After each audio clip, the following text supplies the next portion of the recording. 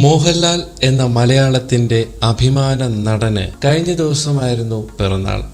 വില്ലനായി വന്ന് സൂപ്പർ താര പദവിയിലേക്ക് നടന്നു കയറിയ മോഹൻലാൽ എന്ന അഭിനയ സാമ്രാട്ടിന് ആശംസകൾ നേർന്നുകൊണ്ടിരിക്കുകയാണ് ഇപ്പോഴും ആരാധകരും സിനിമാ ലോകവും. ഫാസിൽ സംവിധാനം ചെയ്ത മഞ്ഞിൽ വിരിഞ്ഞ പൂക്കളിലൂടെയാണ് മോഹൻലാൽ ആദ്യമായി പ്രേക്ഷകർക്ക് മുമ്പിൽ അവതരിക്കുന്നതെങ്കിലും അദ്ദേഹത്തിന്റെ അരങ്ങേറ്റ ചിത്രം 1978 തിരനോട്ടമാണ്.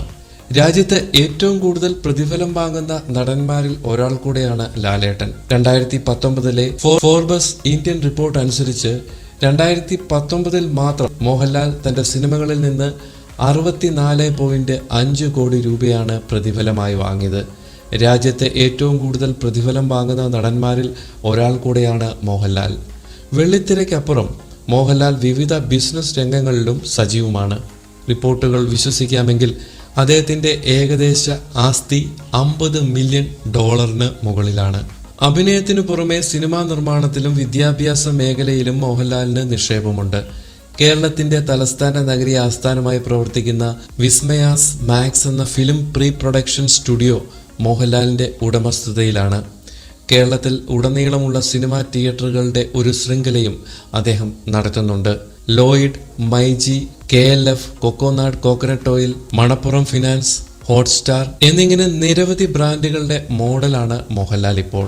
കേരളത്തിലും ചെന്നൈയിലും മറ്റുമായി കോടികളുടെ ഫ്ളാറ്റും വീടും അദ്ദേഹത്തിനുണ്ട്.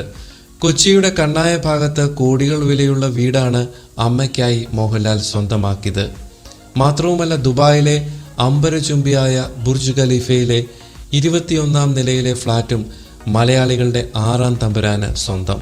കോടികൾ വിലയുള്ള വാച്ചുകളും ഇലക്ട്രോണിക് ഉപകരണങ്ങളും അടക്കം കോടികൾ വിലയുള്ള സ്വത്തുവകകളും താരത്തിനുണ്ട്. 3 കോടിയോളം രൂപ വിലയുള്ള ലംബോർഗിനി ഉറൂസ് മോഹൻലാലിന്റെ കൈവശമുണ്ട്. ടയോട്ട വെൽഫെയർ ഏകദേശം 1 കോടി രൂപ, മെഴ്സിഡീസ് ബെൻസ് GL 350 ഏകദേശം 80 ലക്ഷം രൂപ, ടയോട്ട ലാൻഡ് ക്രൂയിസർ എന്നിവ നടന്റെ ഉടമസ്ഥതയിലുള്ള മറ്റു വിലയേറിയ കാറുകളാണ്.